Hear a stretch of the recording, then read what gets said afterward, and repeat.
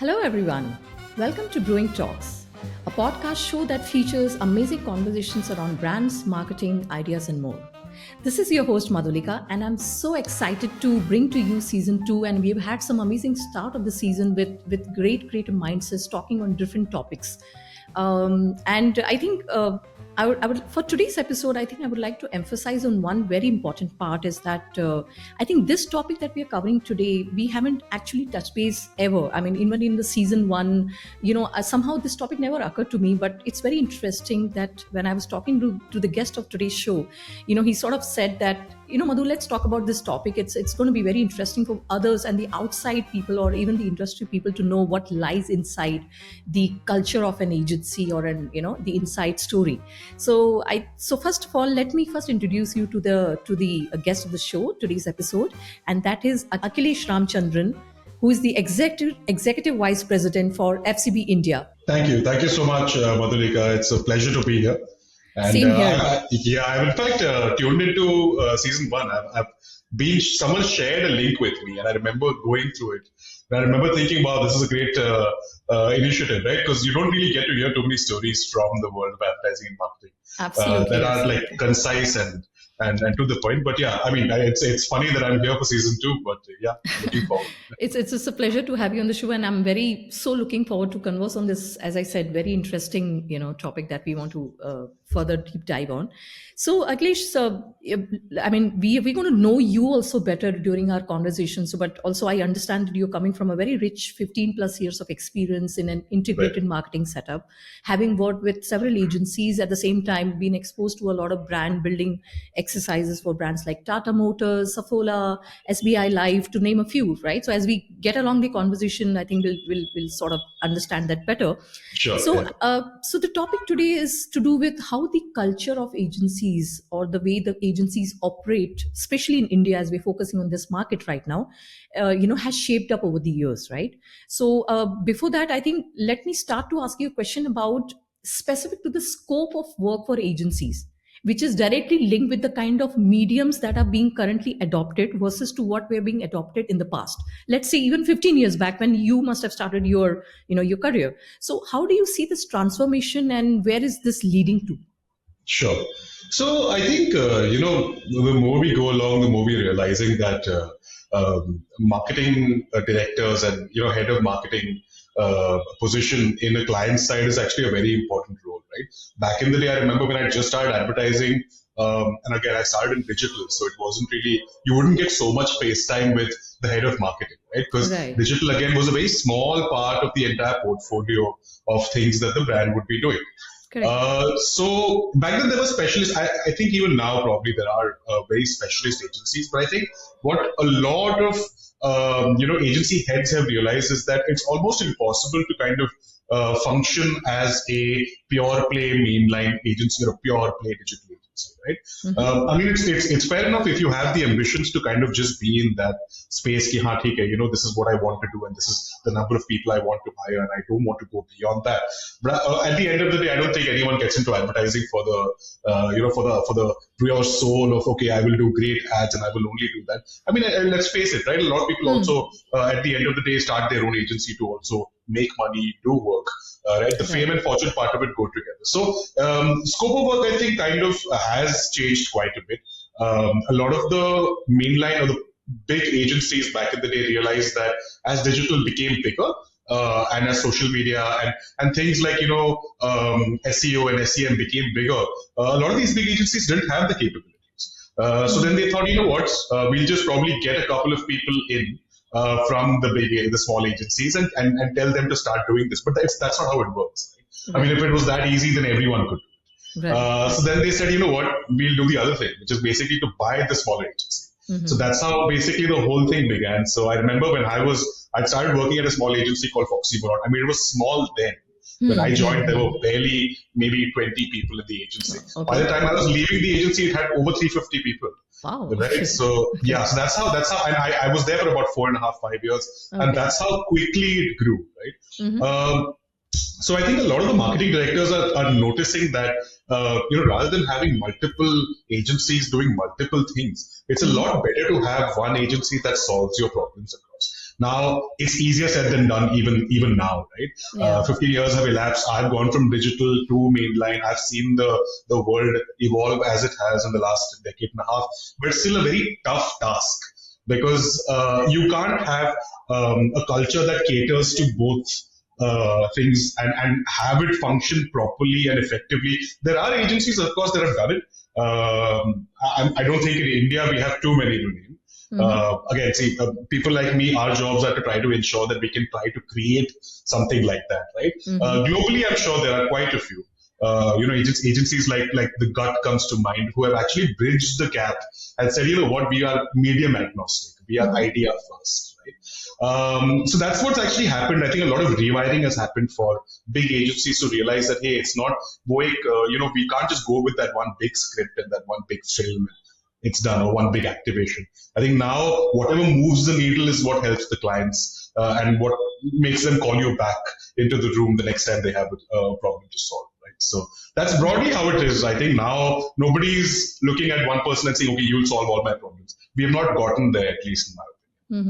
That's true. That's true. Yeah. So, are most of the brands that you are currently working with or have worked in the past over the last few years, rather, especially let's say post the COVID phase, as we say, is it more the digital first strategy that you're seeing, or is still people are heavily bent on, I still want to see my ad on a big hoarding, more of an ego thing, as they say, right? So, what is like at one point we hear clients saying that it's very important to get measurable results for my business, but at the Right. same time they also want to do things which may not have a direct impact on how much how much of impact that medium has created for them, right? So how Sure, does this sure. mentality or a mindset work actually? I think it's entirely dependent on what the task at hand is, right? It could be a new product launch, in which case I need as many people in my country to know about the fact that I have a new product. In which case, then I have to go mass media, right? I can't ignore the fact that a TV, a print, an outdoor today it still carries that same weight, right? Yeah. But of course, there are, and I was thinking about the other day as well. There are so many D2C brands that I've actually come across that kind of just taken birth in the last 5 to maybe 7 years, right? And this has also happened because the barrier to entry into advertising has just like largely been removed in a lot of instances, right? I remember back in the day, if you didn't have a big budget, you couldn't go to a big agency. If you couldn't go to a big agency, you wouldn't get a big director. If you didn't get a big director, you don't get a big film. Right, and so on and so forth, right? And then your inventory also has to be big enough, and all of that stuff. Today, that's not the case, right? Like you can just log out to Instagram and you see like a D2C brand that has probably created an ad, maybe in their own office, and has put it up, and they reach the consumer because they are able to target it properly. So it depends entirely on the challenge that the marketing team has in front of them. If it's something that has to do purely with, okay, you know what, I need to increase my e-com numbers. My e-com numbers are not great. Or, okay, I need to maybe increase the total awareness of my brand, right? Currently, my brand awareness scores are very low. So how do I do that? So again, the solutions would be different for each of them. But again, I am of a firm opinion that nothing works in isolation. Right? These two things that you mentioned also have to go in tandem together. Otherwise, what ends up happening is that you are effectively telling the whole story, but to only one side of the audience. Correct. The other audience completely misses out on it, right? True. And I keep telling a bunch of my clients that I speak to regularly that advertising is a long story. You can't just tell them one bit and be like, okay, it's done now. True. It's a long story and it needs to be told over multiple touch points and over a period of time. Only then will you have consumers looking up to the brand saying, okay, you know what, this is a brand I resonate with. This is a brand I want to kind of buy. Okay, interesting. Yeah. Okay, now I come to the point of what we really wanting to discuss from you and get your insights for is the culture of an agency today, right? And and I think this is a never-ending topic. We can go on and on, but I think let's start with what you have to say overall of, even for that matter, when you started to what you see today. What has been the way agencies are perceived also at the same time. How do you see the culture shaping up over a period of time? Right. I think, I remember when we first spoke about it, and, that's the first thing that came to my mind because I realized that it's not something that's been captured enough. And usually we only go back to the culture of an agency when something bad happens. right? Or Mm-hmm. something weird happens, and that's when you get to know about, oh, that's probably how advertising is, right? Which then Correct. gives all of us a bad name, because I mean, at the end of the day, we are all tax-paying citizens of this country who only want the Mm-hmm. best for each other and for the rest of the country. Mm-hmm. So I remember when I started in advertising, we always used to think that there are obviously many ladders, to your way to the top, but it also used to be kind of a very guarded thing, right? Mm-hmm. You used to have, I remember it was so prevalent in probably my first 3 or 4 jobs that I've done in Mm-hmm. advertising. It was very evident that there were these cliques, there are these Mm-hmm. group of people that control everything. And Mm-hmm. more often than not, it's always guys, it's always men, Mm-hmm. right? Who, come to office together, leave office together, go have lunch together, go for smoke breaks together, go drinking together. And these are the decision makers, the key decision makers of your organization, right? And they have a very small myopic view of the organization and how the people in that function. So Right. that's one thing that I've seen change quite a bit, maybe in the last 10 years. Right? And I've always been a firm believer of including men, women, irrespective of gender. I think more people should be involved in decision making and key decision making in agencies. So that's one thing that has actually um, changed quite a bit. I'm someone who is very very proud of the fact that my last 3 bosses have all been women, because I feel like it needs to have, like, those barriers were never broken before. Right, I Mm-hmm. remember it used to be very tough. It initially started. I remember seeing it start in digital, because digital agencies, again, because it wasn't the very same archaic model of advertising. Digital agencies were moving very fast, right? True. True. So it was a meritocracy at the end of the day. Yeah. So Yeah. if you were good, you would get ahead. Right, so Mm-hmm. that's one thing that I remember thinking. You know what? That's. I'm glad that has happened in India, especially. Yeah. Another thing I think was also, how leadership is perceived. Right? What Mm-hmm. makes a leader? A leader can't just be somebody who walks into a room and says, do this and do that and walks out, right? Because True. anyone True. can do that. That's a very easy job to do, technically. A Mm-hmm. leader is someone who's actually supposed to kind of galvanize the forces, right? And your leadership truly comes out when the chips are down, when things are not going well. That's when your Difficult leadership times. comes out. Correct. Yeah, exactly. Right. So I think that's one thing that has changed, because also our workforce has kind of drastically de-aged, right? So our workforce now is very, very young. It's always been young. I just feel like now we Yes. have a new generation that's entered, which is the Gen True. Zs, and Correct. you need to be able to understand their motivations and their life goals and what drives them, right? Mm-hmm. And you can't just try to push your agenda onto them and be like, hey, this is Yeah. how you should do it. So I remember that used to happen quite a lot back in the day. Back in the day, it wasn't really like, okay, we care about the personal life of this person, etc., etc. Mm-hmm. Do this. It needs to be done, so do this. I have many Mm-hmm. instances where I remember in one mainline agency I used to work in. Mm-hmm. And there was a big team that was working on a fairly big car brand, and we used to have a studio team that used to sit in the office for hours, and probably maybe leave at around 3 or 4 in the morning, right? Every Okay. day. And, Yeah. and so Yeah. they leave at 4 and then they come back at 10 in the morning again. So, and that was a cycle, right? And no one questioned it. Literally, no one questioned it. True. So it was very confusing, and I know that while that still happens in a lot of places, that has reduced quite a bit, Mm-hmm. because I think a lot of more people are cognizant of the fact that you need to deal with people as people first. So Mm-hmm. I think that for me at least, and again, that's, I can only tell my story. So for me, Mm-hmm. that's been the one big shift that I've seen, is that people are being taken more, at their face value, and being treated as people. Okay. And it wasn't, at least when I was starting out, it wasn't that Mm-hmm. obvious. Okay, so you see, you're talking of some very interesting points here. You're focusing on the diversity part, which is something that every organization is aiming to achieve in today's time, Right, right?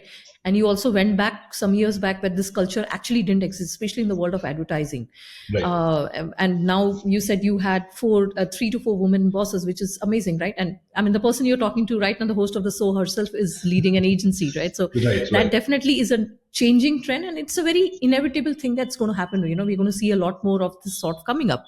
Sure. But so when this Gen Zs that we're talking about, and it's also you spoke about something that's I've been thinking right now is the timing part, like, in this world of advertising, we are also passionate about, we never look at the clock, right? True. It's Yeah. like, we are working with our cup of coffee for great campaigns, putting up ideas together, and we don't keep a watch tab on the timing.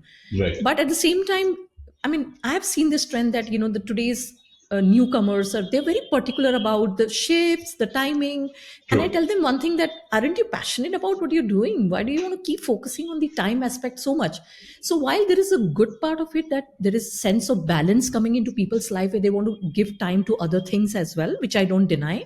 But I think if this is where the focus is shifting a lot, sometimes it could be a concern in the world of creative space, because, in a Sure. space of creativity, your ideas can just come at any time, right? That's true. You would want to brainstorm even in the night when you feel that ideas are at its best. So Hmm. how do agencies want to channelize this flow of energy, and not be always bound with the time factor, Sure. while there is an HR angle to it, but there is a non-HR angle to it as well. True, true. So I think, if you catch my generation, I don't think we ever questioned, the fact that we probably had to sit for like 10, 12, 14, 18 hours in office, right? And I think now looking back, I think that was wrong.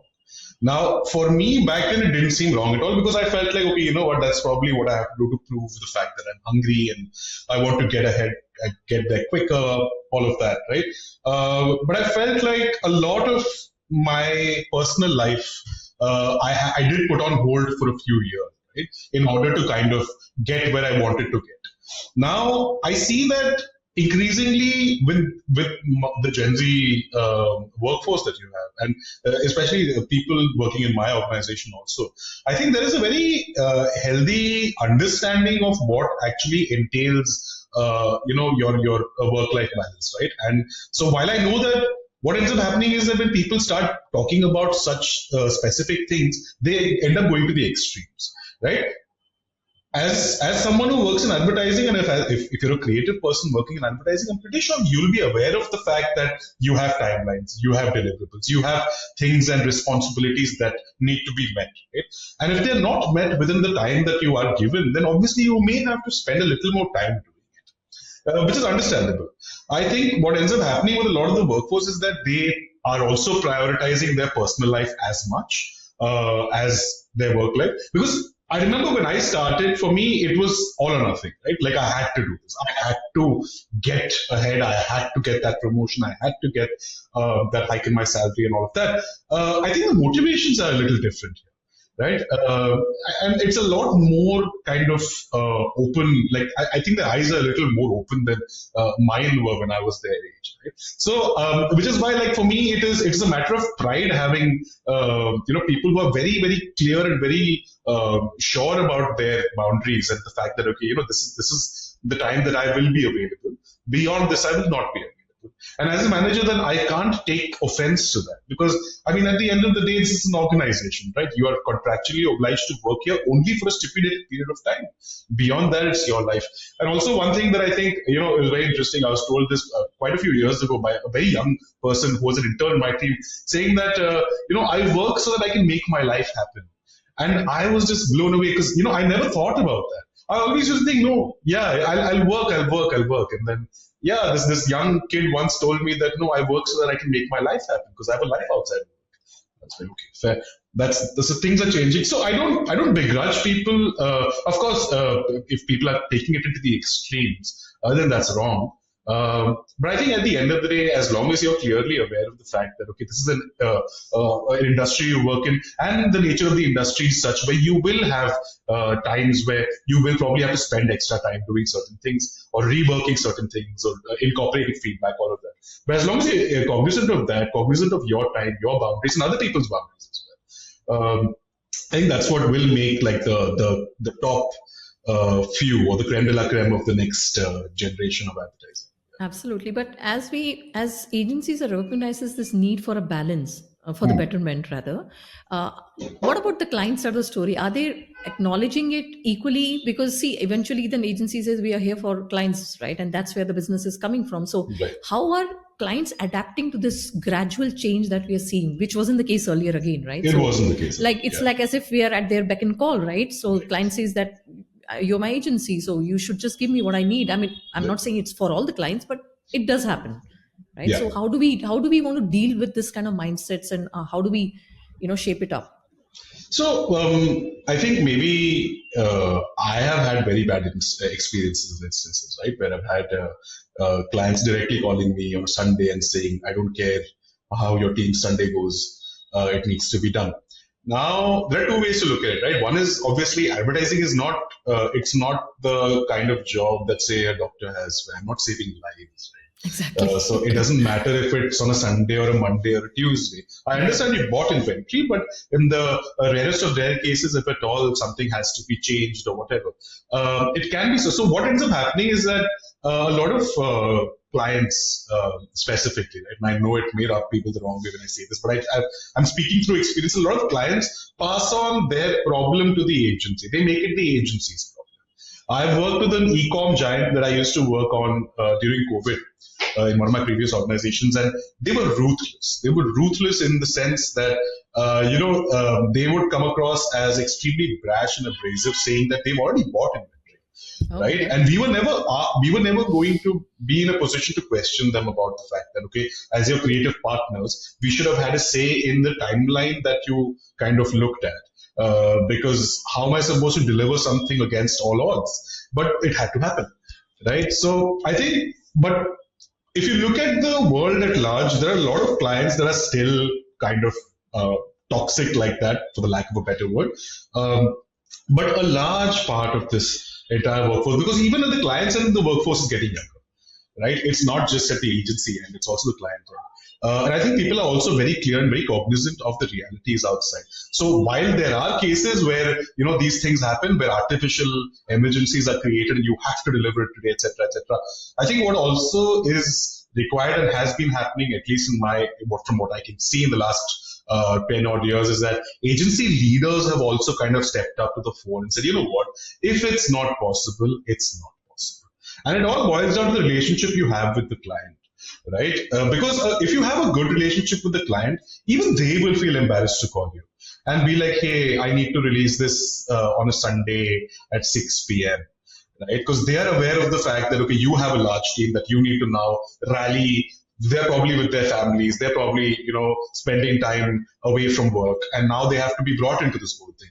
So I've had many instances where, I've straight up told clients that this can't happen. And of course, it's gotten escalated and things like that happen. But the moment you start showing a little bit of spine, and again, this is for all agency leaders, because that's where you earn your money, right? That's what you get paid for, is to say yes and say no at the right time.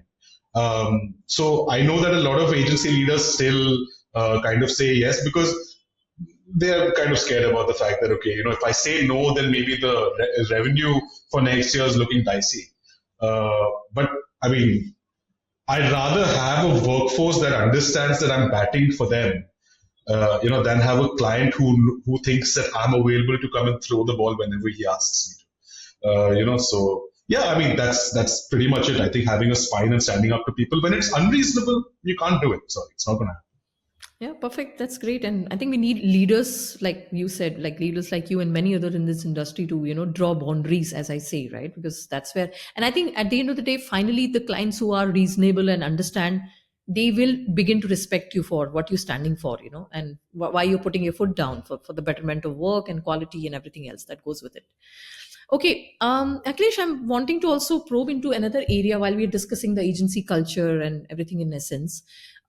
You see, correct me if I'm wrong, right? So you must have noticed when we talk about corporate organizations, let's say we talk about the Tatas or any such companies that we admire or look up to.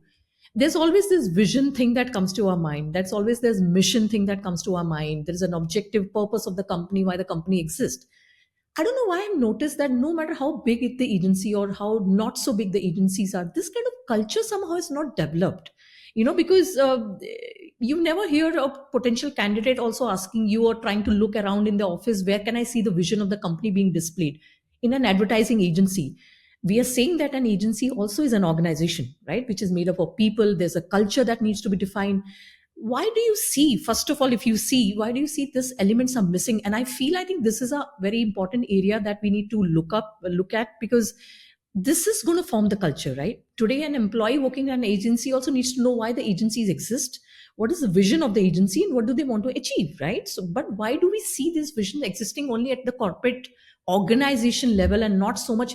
Because it's very strange. When I was talking to somebody and sharing this thought process, he said, you know why, Madhu? Because what happens is, agencies are very creative. They don't like to go by the rules, and hence maybe they don't believe too much into all these things, but I think it's a debatable thing, so I would like to understand your perspective to this particular point. Sure. It's actually a very interesting point. I think the biggest reason why I think it happens is that, see, what is culture? Culture is, at the end of the day, the people that make up the place, right? I can't walk into an organization with no people in it and be like, it's got great culture. A culture is only as good as its people. Now, if you look at the corporate side of things and you take brands like, your Tatas, your Unilevers, your P&Gs, you have people that have been in the system and imbibed in the system for many, many years, right? These are people that they walk their brand, they talk their brand, they eat their brand, they sleep their brand, right? And when they're in the office, you know that this is who they are. So it's very easy for me to understand, okay, that's the culture here, right? When you look at advertising as a whole, I mean, barring a few, and again, I think probably just maybe 2 or 3 agencies, and even though that number is reducing now, there aren't too many agencies that have seen people that are going to stay within the organization for many, many, many years, right? You will have a few, you will have a small number, but a small number cannot make a larger culture, right? That culture has to be people first, and it has to be kind of decentralized, right? The moment you start putting all power in the hands of a few, you then have a place that's fairly hollow, because it's not culture anymore. And then it's just like, then it looks like a dictatorship almost, right? So the more invested a person or an employee is in their organization, the longer they're going to see their future there. And the longer they see their future there, the more they're going to be part of your present, right? So I think that's what's missing in advertising, right? Because you have a lot of people that keep jumping and keep jumping and keep jumping. I mean, I can't even blame people, because advertising is not an industry that pays really well, right? To start off with, at least you don't make too much money. And I get why people jump, because that's the only way you can actually bump up your salary and get your promotions and stuff like that. So that's probably why. I'll give you an example. Maybe an organization like Lintas, where I've worked at, right, and FCB today. These are organizations that have very clear cultures, right? These are cultures that have actually been imbibed within the system for decades and decades, right? Which is why even if one person is removed and one person walks in tomorrow to replace that person, that culture still remains around. Because that culture is not just one person or 2 people, the culture is the entire flow. Right. So, but again, it's a very rare thing. It's almost a dying breed in my opinion, because every day you see like a new ad agency pop up, a new digital agency pop up, and then, yeah. So which is why it's very hard to have like a very specific defined culture in an ad agency, unless that is the agenda of the founder or the founders right at the start. I'll give you an example. Something like, it's a very young agency, but Talented is an agency that has a very clear culture, right? And it's aspirational. Even for someone like me, sitting over here, 15 odd years into advertising, I look at something like a Talented, and I'm like, okay, that's a very, it seems like a fun agency. They know what they're doing. They know where they're going with their work, right? So it's not to say that it doesn't exist, but again, it has to be a very clear vision of the founders to say, okay, this is what we're going to do with this organization of ours. Yeah. True. No, so I think you're right. So it's how you want to position your agency, which can define whatever else that happens after that, right? So if you want to be seen as a fun, creative agency, then everything that you do, even for your internal employees, should reflect that, positioning and that message. And that goes for every organization. So as you said, that even FCB India is carrying a very strong culture. And I think, when you said about attrition, I think you're right to say that it's very high, but, I'll be very honest to tell you, there are many other brands and different industries, without naming them, which are paying very less. But what's pulling those employees to that organization is the brand, right? Because the brand has developed a culture and a positioning in such a way that people want to be associated with that brand, and their resumes should reflect that, So I guess it's also a reason why I think advertising agency needs to imbibe this vision culture or the purpose culture, or that we've been talking about as such. True. Yeah. Just one very quick thing. You said so right that there are so many agencies that's coming up, and I think it's crazy, Akhilesh. I don't know what's going on, that every second person decides to open an agency. How are we going to tackle with this? There's also going to be a massive price war, right? So how do you see this shaping up over a period of time? Sure. So I studied economics back in college, and which is why. So when I was studying economics in college, I didn't know how much it would help me later on in life, right? But now I understand that. The number of agencies that we have today are purely coming out of some reason, and so let's just call it demand, right? There is a demand for these agencies. I'm assuming there is a demand, and there is a thought process within people working in advertising saying, I don't want to work at an existing company. I'll start my own, right? And I already have XYZ number of clients lined up, and I'll work. I'll do that. There are two ways to look at it. One is that it's a good thing, because it allows people, the agency, to open their own agency, right? Like I have that opportunity to kind of say, you know what, I can break away from the shackles. I can set up something of my own. It's also a very ruthless market, which is the second part of it, which is the fact that if you're not good, you will have to shut shop eventually, right? So that's what. So the market eventually, so your demand will meet your supply at some point, but after a while, quality is what sets you apart, right? Because it is a very visual medium. It is a storytelling based medium, right? More than medium, it is something that kind of sells the brand in the absence of a brand trying to sell itself, right? So all I can put is a print ad, all I can put is an outdoor, but it has to do the job, for my sales numbers. Because if they don't, like for example, if I'm a marketing director at a brand and I say, okay, there's this agency, I have three agencies in front of me, right? And one's offering me a price point of X, another one's offering me 30% of X, and one's offering me 50% of X. Now, if I'm someone who's doing this for the first time, and I'll be like, okay, I'll save money so that my procurement loves me. I'll just be like, okay, let's go with 30% of X one because it's the cheapest, right?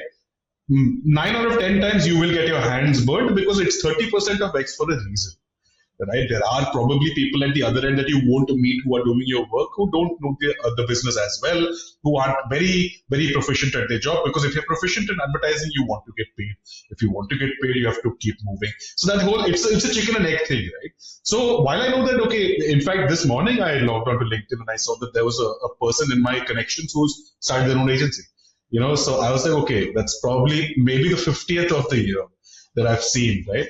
And kudos to them. Like, nothing stops anyone from starting their own organization and trying to do well. And that's the thing, right? It's a very ruthless business. If you don't have the numbers at the end of the year to prove the fact that you have work lined up, then you will have to shut shop. Then you will probably have to recalibrate yourself and do something. So yeah, I think the price battle is largely fought by clients or maybe by procurements who are probably just looking at the pennies and not at the work, right? It's not like an industry of nuts and bolts where I'm going to be like, okay, per piece ka part cost is lesser here, so I'll go with them. It's a creative business. So if I'm charging you a certain amount of money, it's basis my understanding of the category and the industry. So if you don't pay me, you go with somebody else, great. I hope it does well. If it doesn't do well, you'll realize why. Interesting. And also, I think this point about so many agencies coming up is also to do with the startup culture that has gained momentum over the years, right? So I think it's going hand in hand. But you rightly said, we are a very quality driven business, and there's a lot of word of mouth that helps, the success story for agencies. And if it's not done in the right way, it can actually make or break for you. Absolutely. Great. I think we sort of really conversed a lot on this topic, and I'm going to digress a little bit. I sort of, when I was reading about you also, I understood that you stalk a lot of brands and campaigns. That's true. Yeah. That's a great word to use, actually. So tell me, which is your favorite campaign, whether you personally have worked for that campaign or otherwise, or maybe it could be global as well. So there's something that you would like to highlight? Sure. I think, I'm very biased about it, but I had the opportunity to work on a lovely brand called Garnier when I was at Foxy Oral, right? Garnier, right. Yeah. So Garnier, so I was handling Garnier Men, and towards the latter part of my time there, I was handling the larger Garnier portfolio as well. And for me, that was a big matter of pride because I had, it was a big brand. They had big budgets, at least within digital, if you could count big budgets back then. I remember there was a campaign that we had worked on, which till date is like the campaign that's closest to my heart because it was born out of a lot of, It was not a very serious conversation when it began, but from what it began and where it went eventually and how it snowballed, that was fantastic. There was a new product called Power Light. So there was a face wash that Garnier Men were launching in the market called Power Light.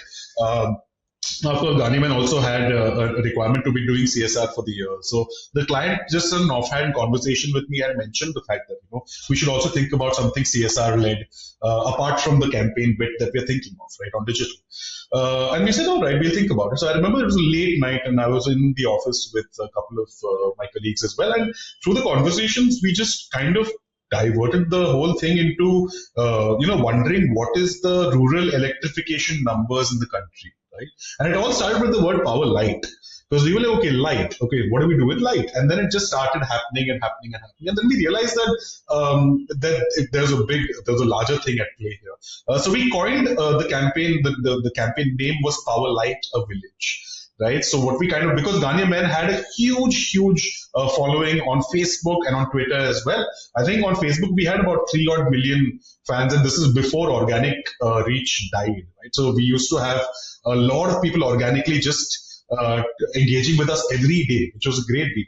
So we basically set up the campaign. It was called Power Light a Village, and the aim was that we wanted people to kind of engage with us on our social media platforms. We created a Canva app as well. So every time you engage with the app, all the app does is that you click on the tweet or the Facebook button, and it auto generates a message onto your Facebook profile that says that, hi, I'm Madhulika. I'm supporting the Ghanaian Men Power Light a Village campaign that helps with rural electrification in Maharashtra, right? Join here to support. So the aim was that every time someone engaged, there was a meter within that Canva app which would count the kilowatts, and that kilowatts would keep increasing. And the more kilowatts we generated, the more houses we would go and set up solar lights in small villages in Maharashtra. We've done it in Rajasthan, in Uttar Pradesh. These are villages that have never seen light before, right? So, and again, it also came from the brand's ethos of being men who matter. Right, because Ghanaian Men saw themselves, and again, John Abraham was the face of the brand, right? So it was about being a little more than just being, a regular man. It was about being a man who matters, right? And this was kind of a great way to galvanize the entire, community that we had, and then. From there, it kind of snowballed even further and further. The Ghanaian Men were growing partners for 2 IPL teams at that point, Rajasthan Royals and Sunrisers Hyderabad. So we did India's first Google Hangout with both IPL teams. There were multiple activations that we had done in malls across the country with John Abraham, where we'd set up these cycles where John would cycle, and then the watts would increase and stuff like that. So great.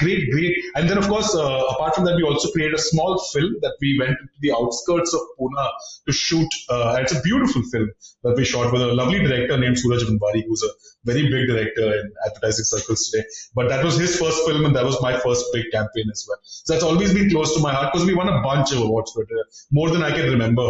And for me, that was the first time that I looked at myself, and thought, okay, there's something that I can probably do in advertising. Right? I mean, there were at least links I could forward to my mother and say, hey, see, my name's in this. Right? And then it became tangibly real. She was like, okay, awesome. You do great. True. That's amazing. So yeah. Wonderful. Great. That's perfect. And also, the most in movement conversation currently is the Jaguar logo, the campaign. Right. I think everybody's talking. It was there in today's brand equity as well. So you want to say something about that? What is your take on this huge shift of how they are showcasing themselves? I just have one thing. And the problem is that because Jaguar have not really spoken too much since then, right? They came and said, hey, we have this new, very vague video, right? It honestly looked like a video for an e-com or a fashion brand, correct, right? And very vague. And then they just left it there. And now they've made small, because I've been checking the website every day, and they've made minor changes now to the website. The banners have all changed, all of that stuff has happened.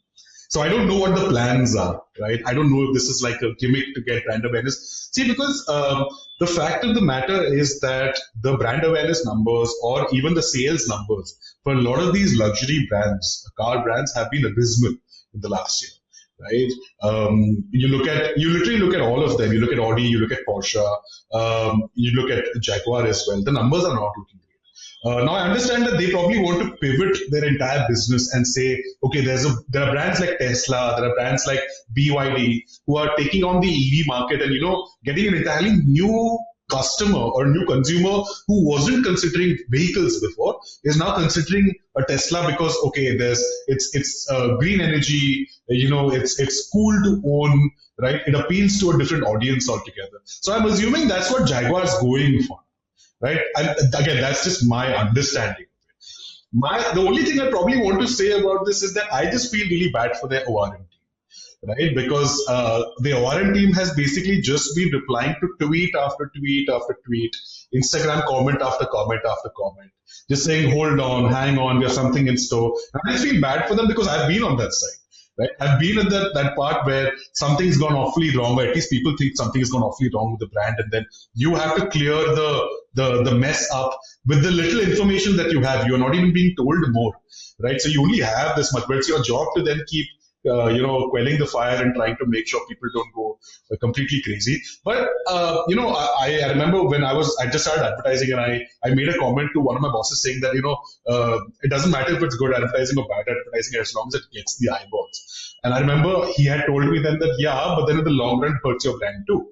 Now, which is why I'm just going to reserve my judgment, because I don't know what Jaguar are up to. Maybe they have some big master plan that we don't Very know. true. Very true. Yeah, but you're right. I think at the end of the day, the whole idea is that they've got a lot of publicity, right? So even if people have differences of opinion in this, but it's good publicity at the end of the day. It's catching a lot of attention for sure. It It's is. viral. It is. It is viral. Absolutely. I mean, no one was talking, but think about it, right? Like, think about maybe 10 days ago. Nobody was talking about Jaguar. Today, we are all talking about Jaguar. Yeah. So maybe they've done something differently. Maybe it's a master stroke. We don't know yet. So let's wait and watch, I guess. Yeah. Absolutely.